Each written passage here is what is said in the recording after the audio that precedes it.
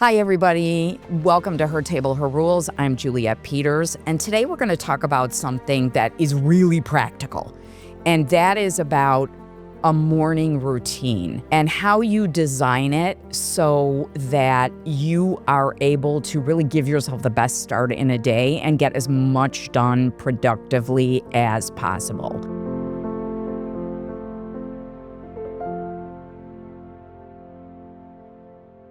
This is kind of tricky because it's not a one-size-fit-all, but it definitely is something through the years that I have really worked on and change up based on what my goals are for. I really look at it every quarter, to be honest. I treat it just like it's a quarterly goal, and I look at what am I doing, what do I need to be doing, and what are the things I've drifted into that are not kind of intentional. There are a bunch of systems out there for really organizing and maximizing your day. And I encourage you to look at all of those, because one of the things that I've pulled from in designing and then redesigning my morning routine is I've looked at things that other people have done, and I kind of take pieces and parts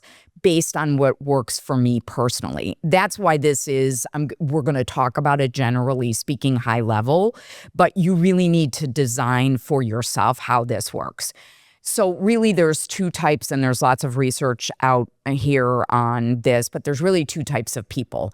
There are larks, which are really morning people, and then there are night owls. Night owls are a very, very tiny part of the population. If you are a night owl, this is probably going to have to be really tweaked for you because you already are in a difficult spot because the world is lark, right? And most people's life, whether they want to or not, run on a lark schedule because the rest of the world runs on a lark schedule. So you being a night owl, you already know you've got to make a lot of accommodations.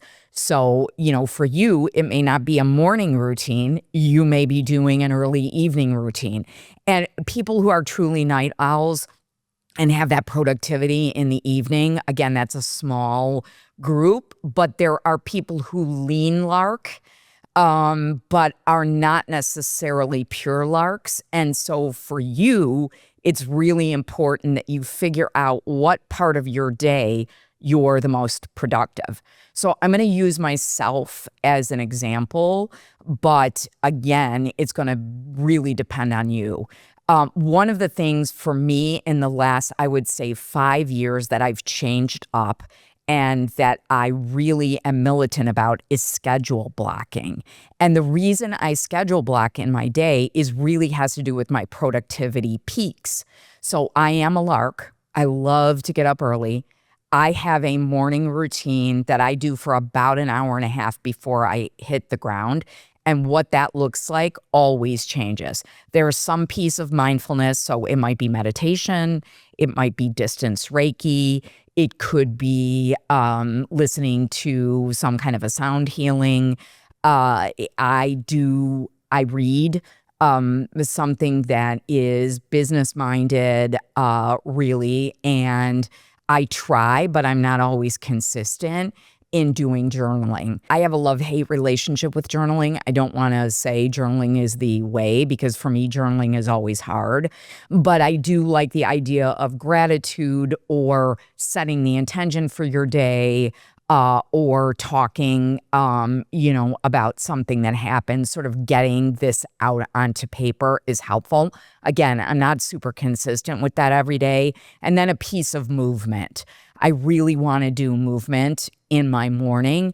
That doesn't always look like going to the gym. That might be a set of exercises at home. It might be more movement related and dexterity. So those are the things that are consistently that I do every day. And I also have a friend who has been my friend for 28 years. And we always, most days, have a conversation at 6:30. So those are the pieces that make up my day, that start my day really well. And I also will have sometimes, East Coast issues, or I might have something that, has to get done, like a coffee or something like that. But setting aside those kind of things, what I typically am doing is that my productivity for written work is always in the morning. It is not in the afternoon at all. So I schedule my day and I block my day based on that.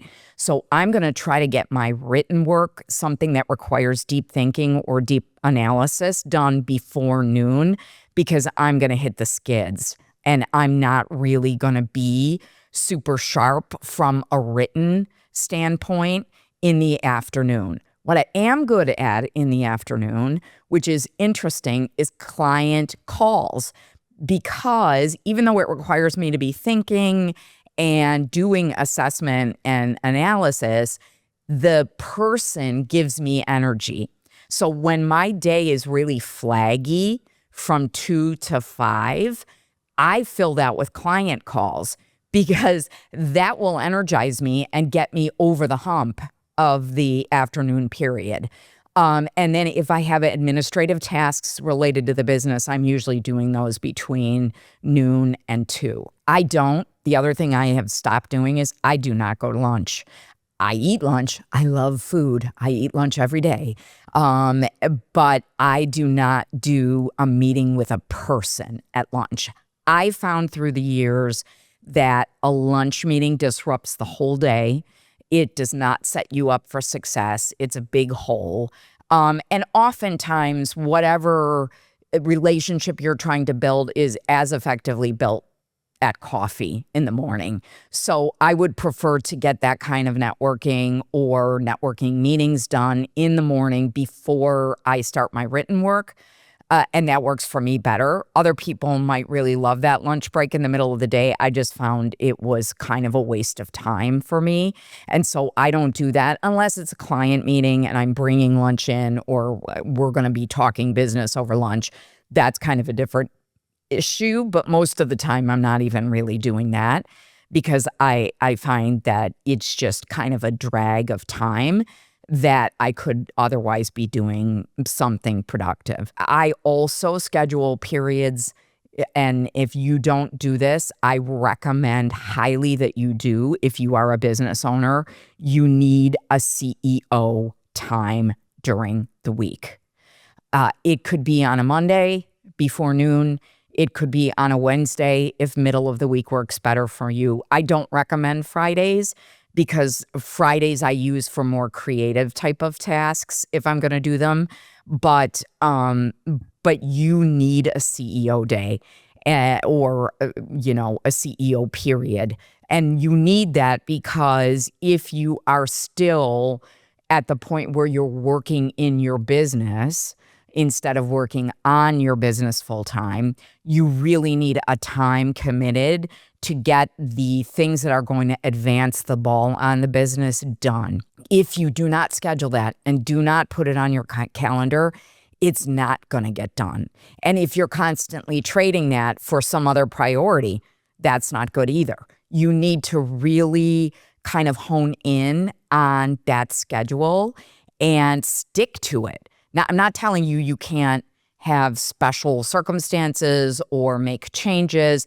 I'm saying that efficiency is found in that blocking of your scheduling and being very, very protective. Build a fence around it so that you are not kind of having your day defined by other people's priorities. Your priorities should be defining your day, not the other way around. Now, when you're servicing clients, for example, what happens with the client is going to, in some measure, drive how you respond, drive your scheduling, and that's fine. But that should not become the rule. That should become the exception, and it should be an exception that really only happens very, very infrequently.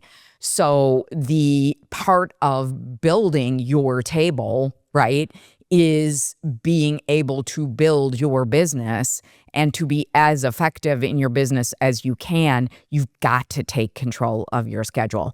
I can tell you that, I'm preaching this, but I don't always do it. I let other people's priorities infect what I'm doing.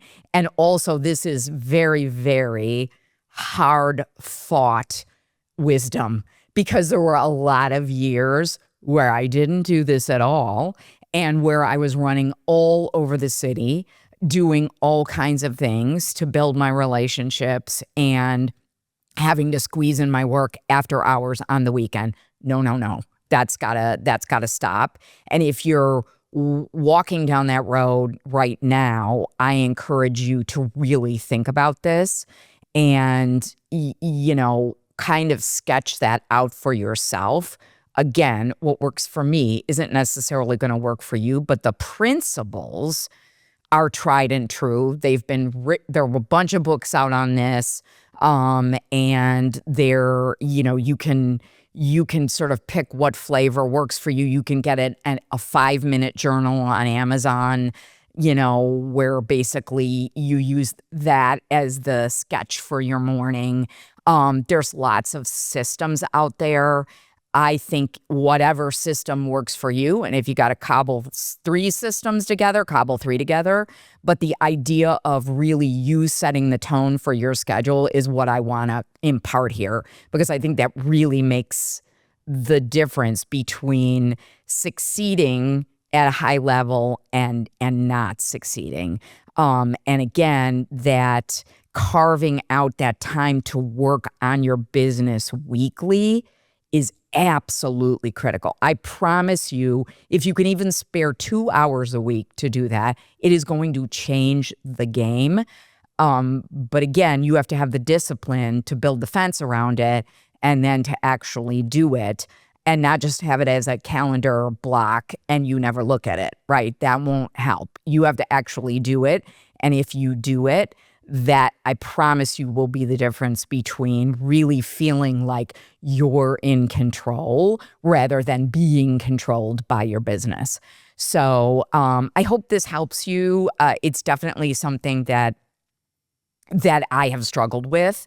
I think for any women who have competing priorities, who are in the child rearing years, and so, you're juggling having to mother, pick kids up, and do your business. Those are hard days, and there's no easy way to do it.